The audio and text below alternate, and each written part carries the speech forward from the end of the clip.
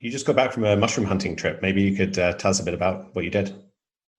Well, I am a cold weather aficionado. I've done a lot of ethnographic work in the Arctic. I'm also a mycologist, and I combined my cold weather affection with my interest in fungi. And a lot of people think that fungi go to the Costa del Sol for the winter. Not the case at all, especially in wooded areas. They use logs as parkas, and they grow on the underside of logs. So where I was, I'm doing an ongoing inventory on an island called Nashon off of Cape Cod.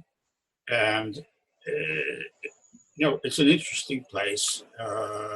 It has only seasoners, no cars, and people who are a bit wealthy get around by horseback. And the only Wi-Fi is in the stable. And so one could argue that one is standing in shite, accessing the internet, which that has quite a bit of shite on it too.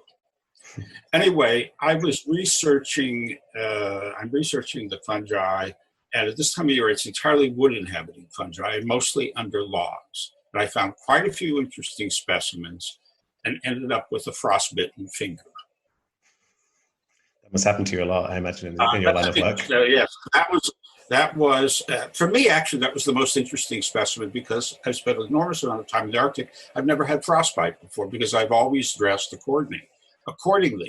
But rolling over logs to look for fungi, I do that with my bare hands, so I don't have gloves on. And I'm so obsessed with fungi that I'm not aware of the fact that I might be freezing. Wow. And how did you first come to have this fascination with these kind of places in the Arctic? With the Arctic, it's hard to say. I think it's genetic. My father would drive around with the AC on in his car in the dead of winter and hung out in the basement where he was a carpenter. And I got to love the basement, which was darker and cooler than any other part of the house. And as a kid, I hated the heat.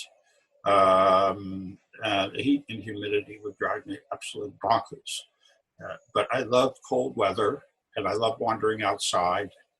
And this continues to the present day. I had a girlfriend not so long ago, and she would be under 5 blankets and shivering, and I would be on top of all those blankets sweating. And she finally sent me to the doctor thinking something was wrong with me. There are probably all sorts of things wrong with me, but it wasn't the thyroid issue. So, but anyway, all of this kind of came together. I would travel to the north. I did a book on the west of Ireland, not overwhelmingly cold place, but I chose that because I appreciated both the people and sort of the gray, wet, cool climate.